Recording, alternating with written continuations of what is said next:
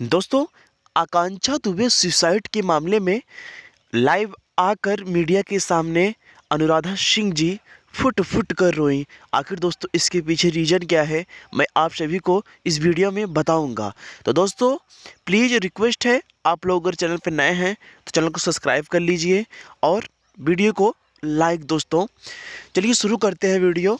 दोस्तों आप सभी को बताना चाहूँगा कि काजल और अनुराधा सिंह और आकांक्षा दुबे ये तीनों मतलब बहुत क्लोज फ्रेंड है दोस्तों। मतलब बोले तो बहुत क्लोज, दिल के करीबी जिसको बोलते हैं वो हैं।